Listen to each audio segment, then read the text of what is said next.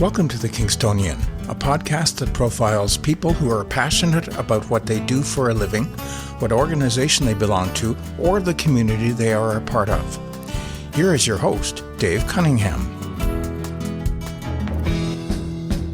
Thank you, Steve. Hello, everyone, and welcome to another episode. Today, we've got something a little different in store for you.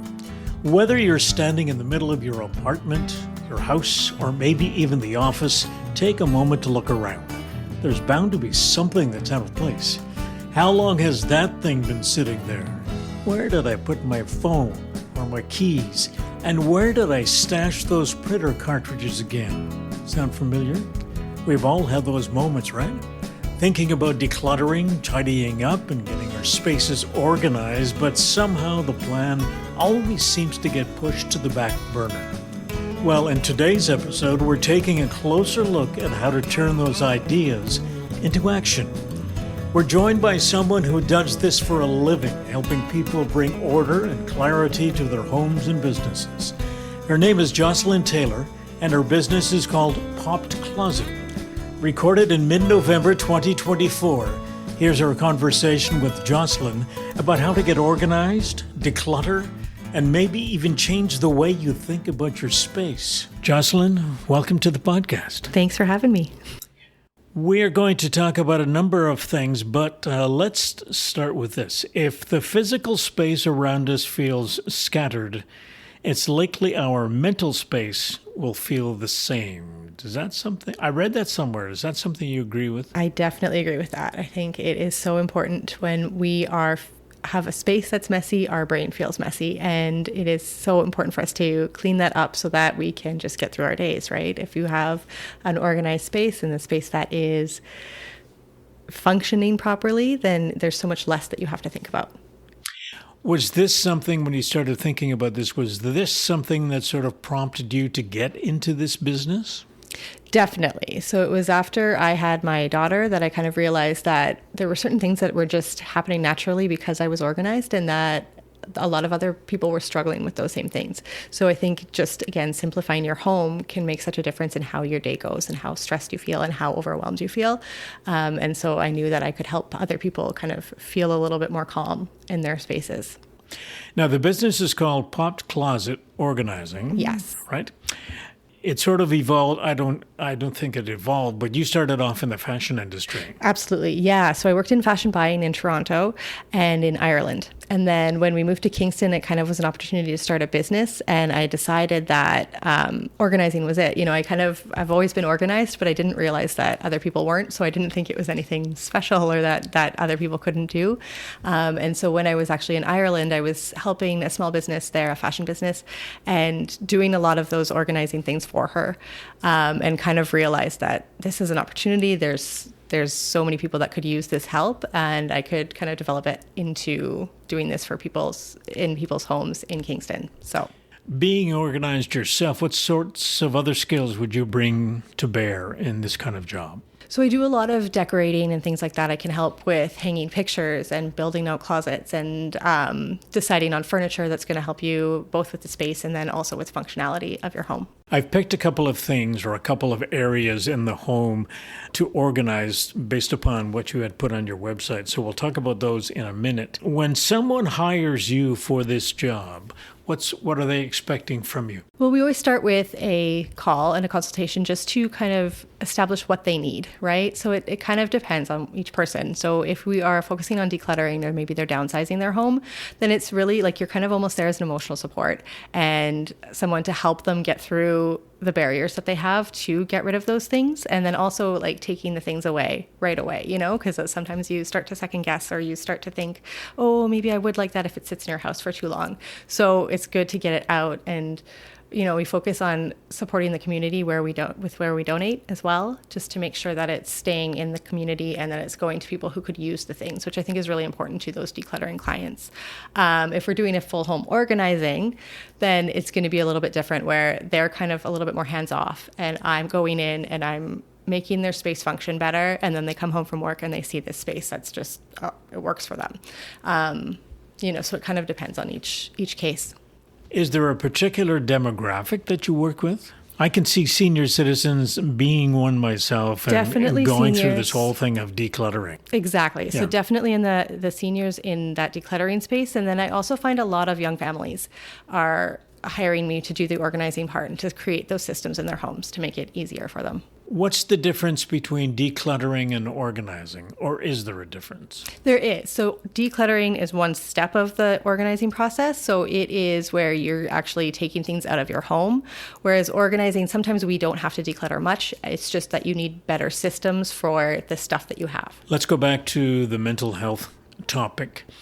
What sorts of changes can be brought about by decluttering and getting your life organized from a mental health perspective? Have you seen that or talked to other people about that? What's Definitely. the story I think there? there's a lot when you're feeling anxious or when you have a lot of stuff, sometimes like depression or anxiety can lead to you kind of collecting things and having more things than you have space for. So when you get that relief of getting rid of it or having a spot for everything, it's just a sense of calm that you have. So you can kind of, it can help combat those depression and that anxiety that you're feeling. I can identify with that. Literally, this morning we got some furniture sold to somebody that we didn't need anymore.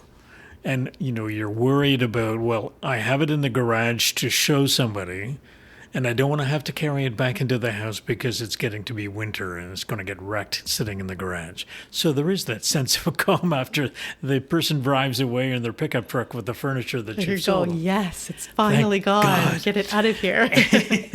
A couple of other things I was looking at. What's the relationship between decluttering and hoarding? So I would say hoarding is kind of like a severe level of stuff in your house, right? Yeah. So when you're a hoarder, you have a really hard time getting rid of anything. You can't detach from the items, whether it is logical or not. Whereas decluttering, like we can all kind of have just a few too many things in our house. And so it's just about regularly going through it and getting rid of it. And I think once they label it as hoarding, it's actually much harder. And you probably need like a psychologist to help as well as someone like me. Do you have a favorite space in the house to work with? I love a closet or a kitchen. The kitchen, I think, makes such a difference for everyday life. And it can become so overwhelming if you don't have the right pantry or you don't have the right things. And then closets as well. Like, you start your day there, and if it's whether you have clothes that don't fit and you get it on and you go, oh gosh, this isn't what I wanted. Or your kids are pulling out shorts in the middle of winter and you have to have a fight with them in the morning, right? So if you organize that and have it in the right places, you don't have to deal with that stuff, and it just makes mornings so much easier. Or if you have a closet down the hall and it's full of jackets that you've owned for 40 or 50 years and you're going through them saying, do I want to keep this? Yeah, I think I'd like to keep that because it's got some good memories with respect. Absolutely. Yeah. Or I might wear that again one day. It's all those things. Let's take a couple of areas of the house and focus on getting them organized. The first I chose was the garage. I don't know why, but let's talk about the garage. And what's the first step? The first step is kind of assessing what you have, right? So we want to look at what kind of storage are you going to need? What kind of stuff are you holding in there? And what can we easily just say, okay, we're getting rid of that. So I always get into the problem where we have a few orders and then our boxes kind of pile up. So that's a quick, easy step that we can just go and collapse all the boxes and get those out right away. Looking for, let's say, broken toys or broken outdoor furniture, things like that that are just going to go right away. And then you're looking at, okay, are there tools in the garage? What kind of storage do we need for the tools? We want to try to use the vertical space as much as possible to get things off the floor so you can actually fit your cars in the winter. That would be, for a lot of people, that's an issue. I think that's usually the main problem is that there's stuff everywhere, so you can't get the car in. So we want to use the walls as much as possible to get things off the floor so you can use it for intended purpose. From there, it's kind of, again, like those wood pieces that you keep in the scraps that you keep just in case. Are you actually going to use it, or is it time to let it go? Now, when you're coming up, I gather we put together piles. We say, okay, we have different piles for different things we're going to do with them. So it's either going to be in the trash, or it's going to be sold or given away. Yeah. Do you have a particular route to go that you favor with respect to getting rid, or should all three be employed? I think all three can be employed. I do think sometimes the selling can become overwhelming, right? So if you want to sell everything, then the act of listing it on Marketplace and dealing with people saying, yeah, I'm coming, and then they don't show up. And then, I think sometimes that can bog you down, and that can lead to you leaving things that are sitting there for months or even a year, and you should have just donated it in the first place. Or it's something that you've put on Marketplace and someone says, is this still available? And you say, yes, it is. And you never hear from them again. Absolutely. There's a lot of those. Makes no sense to me at all. Absolutely. But that's what happens. I think that the vertical business is something, and I don't know how prevalent that is, how many people make use of that. We actually, when we did have 2 cars, we actually were able to put both vehicles inside the garage, which in the wintertime, which is amazing. But we made use of some of that vertical space, including the area over the garage door where you can hang some rafters and store some things that you never think about for the next 5 or 10 years when you should have gotten rid of them in the first place. I like to use those spaces for seasonal decorations. So your Christmas things or your Halloween things, because then you're pulling it out once a year, but it's not just forgotten about for 5 or 10 years. Something you wrote there as one of the steps in the process is involving the whole family. Yes. Now, I really believe in this. I think so often that women kind of get stuck into that caregiver role or that manager of the household role. And I think it's so important that every member of the family and whoever lives in the house has to participate in this and see what it takes to run a household, right? From kids, your partner, everybody should be involved in the process. And I think it teaches everyone a little bit of responsibility, and it teaches everyone that we're working together to make this house a home. Now, one of the key steps, I think, at the very end of this exercise for the garage was follow-up, regular follow-up. Yes. So I always like a seasonal plan. So seasonal decluttering, when we're bringing out the summer stuff because we're going to be playing outside more with the stuff that's in the garage. That's when you go through and you make sure that everything still works and it's age appropriate for your kids or whatever it is. And then in the same thing in the winter, right? When we're packing up and making sure that everything's, accessible for shoveling snow and getting outside and all that kind of stuff, we make sure that you're going through it at the same time and getting rid of what you no longer need. Here's sort of a sidebar question. Have you personally ever disposed of something and then 6 months later you really needed it? Nothing that I can think of. Really? Yeah. I think it's usually pretty logical. The only things, there might be something like pipe cleaners or something that my daughter then wants to do a craft. But you know what? I can go to Dollarama and repurchase those. That's okay. It's not going to break the bank. I really try to be really sensible about it, right? It might be something that I only use once a year, but it's worth keeping because that once a year I'm going to need it and not going to want to rebuy it. Yeah. So I think it's more likely that you're buried in stuff and you forget you have it and you go out and buy it again. As we're thinking about the things that we're going through, emotion obviously comes into play here because there are things that have an emotional attachment to them. How much do you see that when you're going through that with people?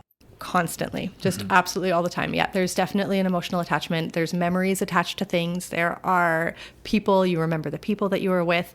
I think it is a huge component of it. I'll often suggest, well, maybe we take a picture if you're not going to use it again. And then they still have that. They can kind of remember that looking at that item.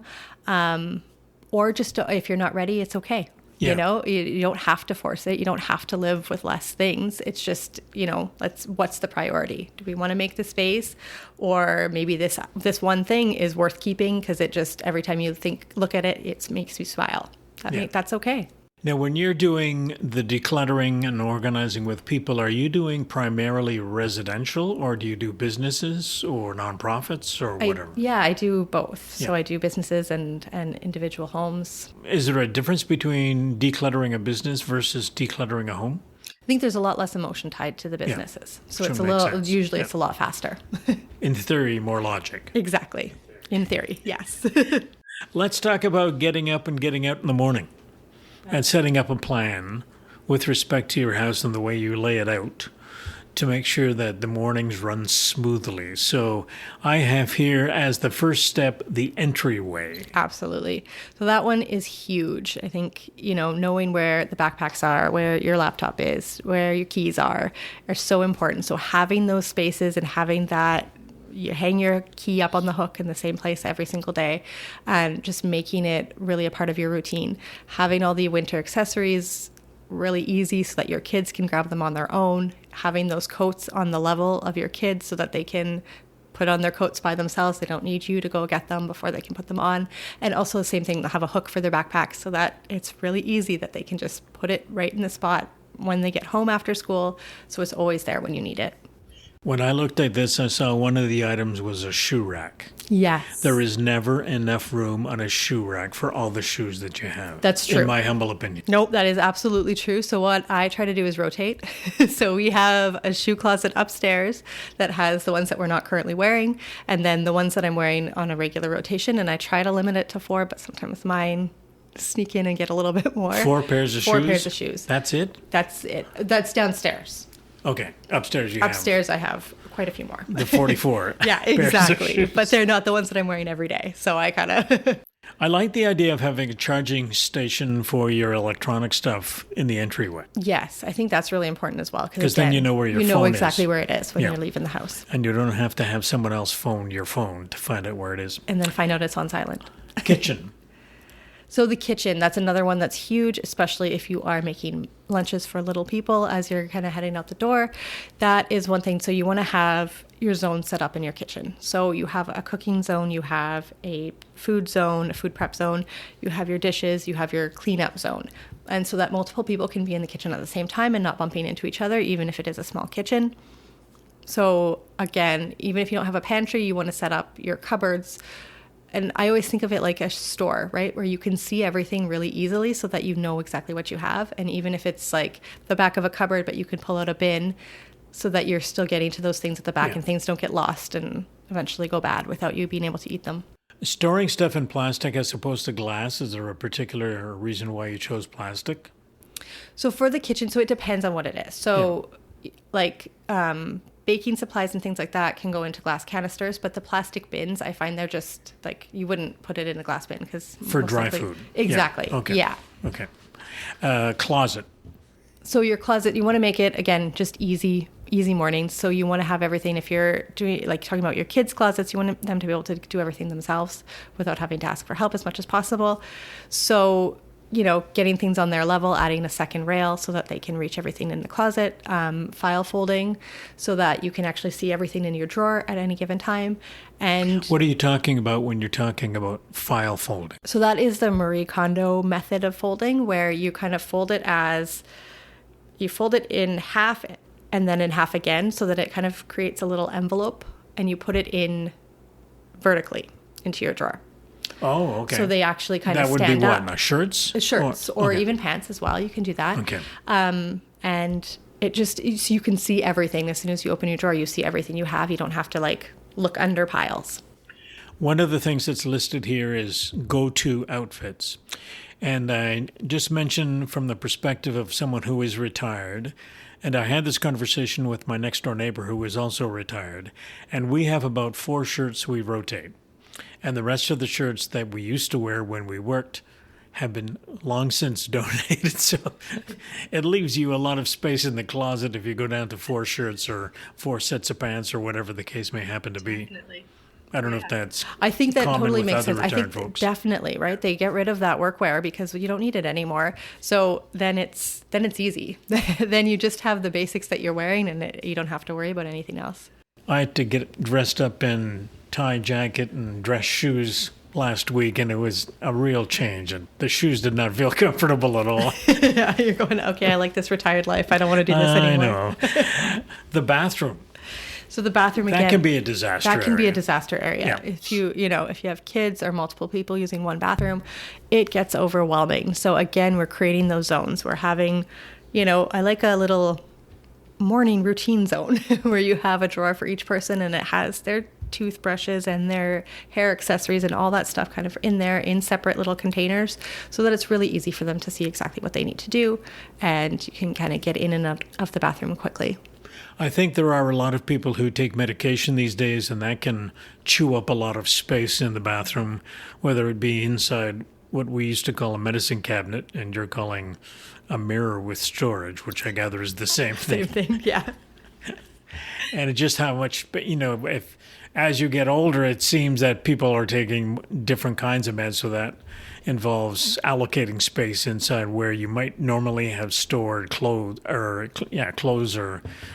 shampoo or any of that kind of stuff. Absolutely, yeah. If you could have it in your linen closet, you could have a section that is just your medicine, or depending on what you do. A lot of people put it in the kitchen because they will come down and have a glass of water and take their medicine. So again, it's kind of whatever works best for you is going to always be the right answer for you. Organizing is not one size fits all. It's whatever's best for you and whatever makes the most sense for you.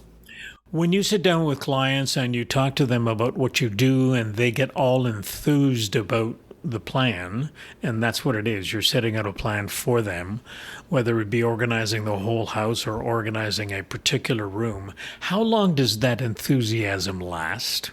That's a great question. I think they get really excited after it happens. And then once they can maintain it, I had a really amazing experience this summer where I went back to a client's house that I had done. It was one of my first ones that I had done when I moved here. And they just needed me back for a few spaces just to kind of give it a refresh. Their kids were a bit older now. And the amount of stuff that was still like almost exactly the same as when I left it 3 years ago. It was like just incredible. And I was like, I was excited for her because I was like, that's amazing. Look at how amazing you've done. And so I think, once it happens, they take pride in it in a different way and kind of can see what it can look like. So it's easier for them to maintain it.